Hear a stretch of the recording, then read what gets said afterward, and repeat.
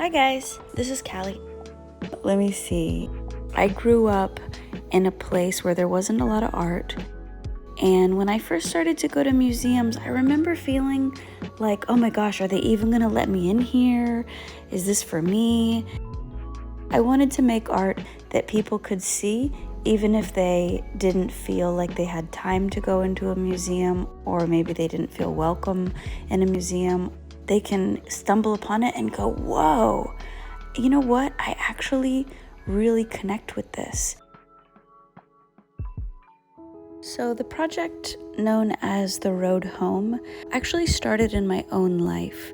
My mom and dad were addicted to hard drugs, and my mom was addicted to alcohol, and I really loved my family, but as you can imagine, it was pretty difficult growing up.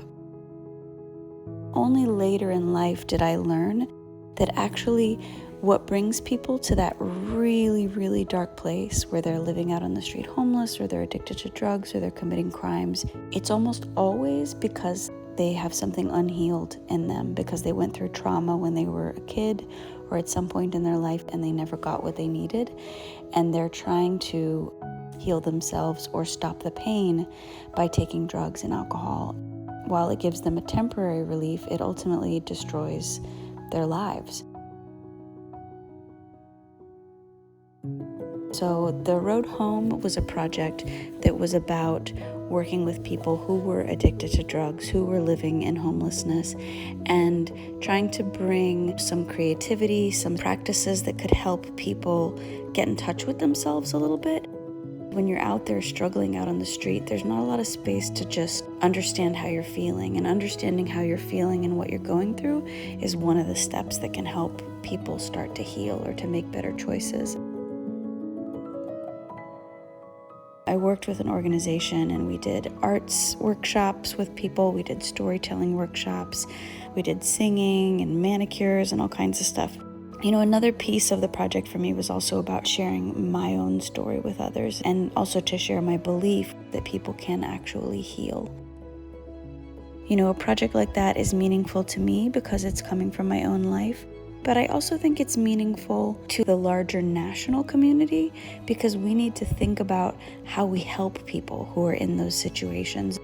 Art projects can be a very small part of a larger conversation.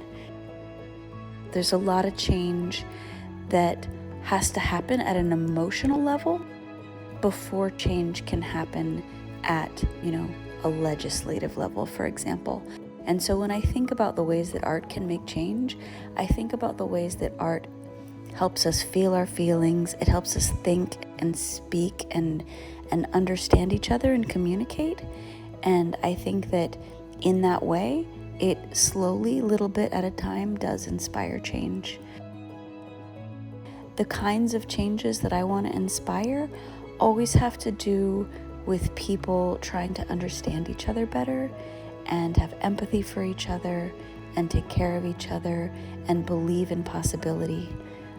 And I do think that kind of thing can happen through art. It gives me a lot of hope to do what I can.